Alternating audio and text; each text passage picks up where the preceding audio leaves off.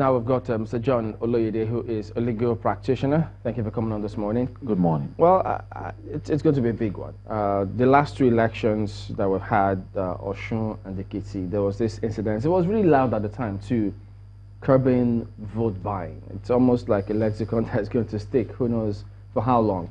But we know also that the commission, that's INEC, AFCC, they've had meetings talking about how they want to work together to stop that.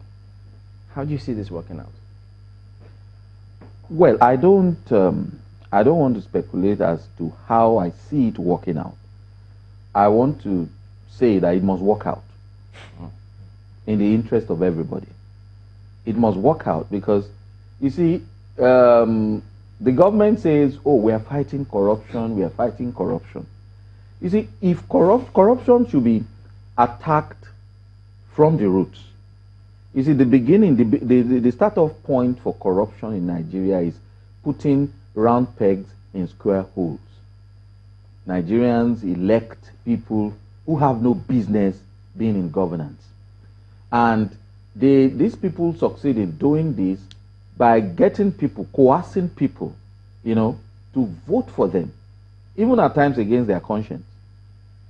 As the elections are here already, you see all sorts of things. Vote buying, the way EFCC is shouting it, is not something that it's always disguised.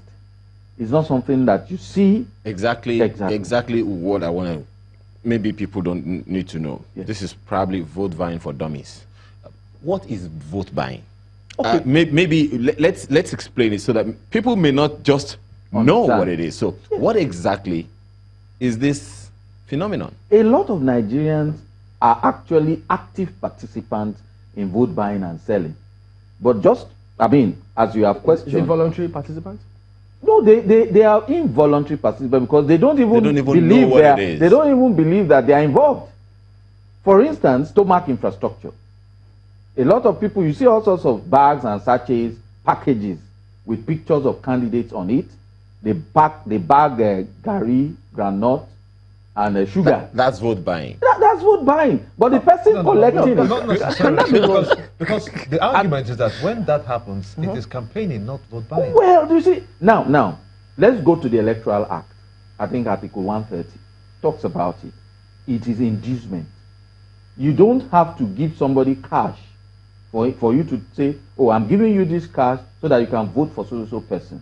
But when you induce somebody, even after voting, yeah, but Mr. Before, after voting part, yes. If, you know, when you say they are involuntary participants, yes, and in attempting to describe what vote buying is, yes, if someone accepts that, yes, can it be termed vote buying to the extent that you have not actually thumbprinted for the political party in question? Okay, no. Oh, well, now you make it seem as if a lot of Nigerians will tell you those people who are induced involuntarily into going for it is a psychological thing.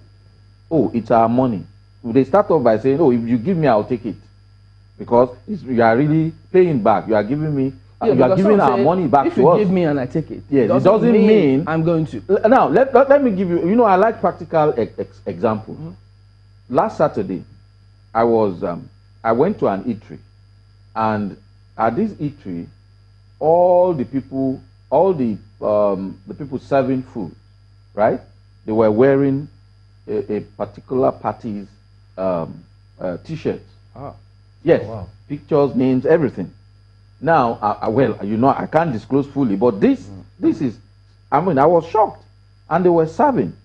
And 3 persons sat across from me, and an argument ensued. And this person was saying, no, I'm not going to vote for this. They all came for a particular meeting, political party meeting. And they were discussing, and they said, look, for governorship, I'm going to do this. For presidential, I'm going to do this. And the other 2 said, no, you can't do that. And then I had them say, okay, what of the 8,000 naira that you collected? And they said, well, what about the 8,000 naira? I didn't ask for it. They gave it to me. And I'm going to still vote my conscience for the presidential candidate I feel is better than the other. But how many people will think like him? No. Well, please let him finish. Now, so the guy says that's what he's going to do, and he said, no, that's not right. You can't do that. You've already been paid. And the guy puts his hand in his pocket and brought out 8,000. Okay, give it back to whoever sent this to me.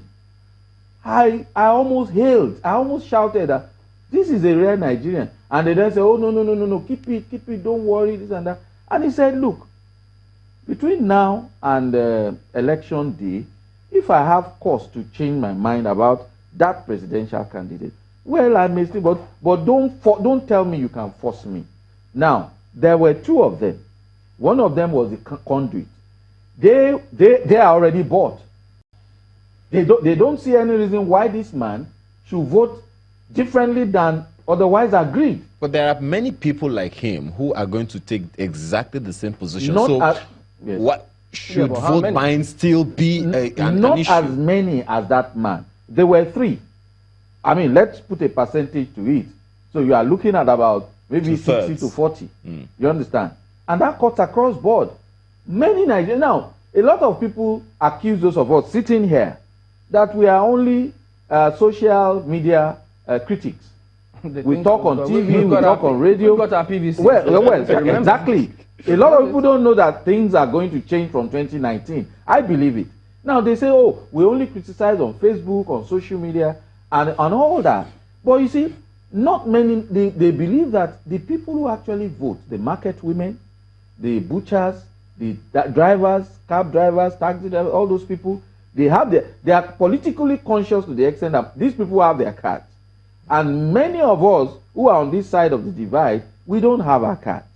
I mean, a lot of people have told me, particularly youths, those who should be concerned, they have told me, many of them have told me that, look, we are not interested, all you, these old people and all that. I said, look, your future is at stake. My own generation, that was what we said. We are now in our 50s, and those in their 70s are now in charge. They should have been off the same. But we kept on saying, no, we don't have time for that. They don't have PVC. So the people who actually do the voting, most of them, they are people whose minds can be toyed upon. Let me bring in this other reality in context of trying to see how we can curb vote buying. Because look, in the urban areas, such people may exist where they say, well, you can give me all the money you want, but I will vote my conscience. But when you're faced in the rural communities where perhaps the poverty rate may be a little higher than in the urban areas, is this a reality to them if you tell them, look, collect this money but don't vote? How do they deal with that when there's poverty staring them in the face? You see, these are people that can be easily guided. The kind of people we're talking about in the rural areas and all that, somebody comes, he probably is the most educated person in the community, and he comes and says, look, he has collected some huge money for the job, he's a consultant, right? The people don't know that. They like him, they trust him, because, oh, Mama Eleko's son, very intelligent, he went to school, he has a master's, PhD, well read. Whatever he tells us, we do. Then he doesn't stop there. He then comes and gives them 500 naira, 1,000 naira, so that they can transport themselves to their polling booths. And I mean, what else do they do? Tajuddin has told me that I should vote this. There must be something he saw. Or it may simply be, oh, he works in Abuja, he knows, he has seen it all. Now, but then he then adds something else, an additional inducement. Vote buying and selling is very real. It's just that a lot of people who participate in it, they don't even know that, it gets to a point where a lot of hues and cries are out there now, where they say, okay, some of these people get to the polling booth, and a particular party agent would actually tell them, you know where you are putting it. Yes. But will INEC, in conjunction with the EFCC, will they succeed in curbing what vote buying is now that you've been able to establish what it means? Yeah, they will succeed. They must succeed. And they can only succeed with the input of you and I. Let me tell you how. First of all, we have to establish the incidence of vote buying. We have to, first of all, agree that, yes, votes can be bought and sold. I know that. You know that. You know it's something that's been happening over the years. And that's why the people who should be there are not there. Because the people who buy votes are the money bags, people who have the money. Those who don't have the money, they cannot even begin to buy votes. You see people dropping out of the campaigns because, look, it's so expensive. Now, after that comes the collaboration between EFCC, between the banks. Because, look, we're looking at it at a crude level for now. Well, I mean, the crudeness is because over the years, politicians had always had it so easy. But now, the monitoring is no longer manual. It's virtually electronic. Monies that ordinarily... when they try to trace how money moves. How money moves through the banks. But in the event that people move their money legitimately, yes. What's the role of EFCC in vote buying in the field? Ordinarily, there's nothing wrong with moving your money legitimately, provided you are moving it within the ambits of the law. There are specific limits, for instance, that you cannot just take out this huge amount of money at a particular time. If that happens, then there should be the red flag flying. Yeah, so EFCC should be notified. So if I meet the threshold, yes, and I move the money, yes, with the intention of getting to the field and induce voters, yes, how will the EFCC solve that? Now, that is where the collaboration comes in. Because first of all, you have to sensitize the people to know that, look, this 500 naira, 1,000 naira that you get is to induce you to think in a particular way.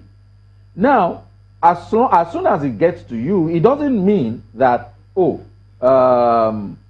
that's the end of it all. But you, as somebody who is going to participate in the election, first of all, the end point, that is the person who is voting now, EFCC and other agencies must collaborate to tell them that you have gotten money. You need to know this. You are being paid for the next 4 years.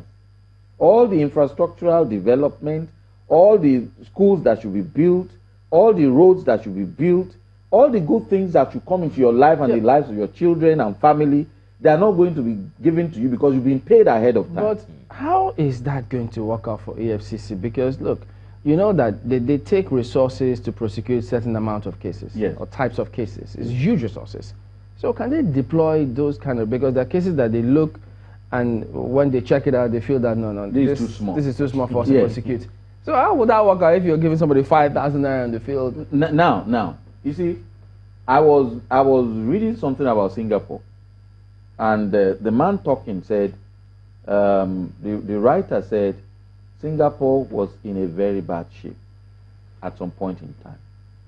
But then the change happened because a very top government official had to visit another place, another country, was well accommodated in a hotel, well taken care of. There was no money exchanging hands, no bribe, no nothing. The only crime was you went there and you were given, some special treatment. And as soon as this person got back, he was arrested and tried and jailed, right, for getting these largesse. And that from that moment onwards, everybody in Singapore realized that, this is not going to be business as usual. Where am I going? With regards to EFCC, the start-off point is this. They are monitoring people moving huge tranches of money. Even if you meet the threshold, from the moment you take the money, the monitoring continues. Now, if there's an incident, the Electoral Act provides for situations where you induce somebody and you get caught, the person inducing, you get caught, you are tried. Minimum of 12 months, 100,000. That's too low. There should be law reform in that area. Now, what I'm saying is this.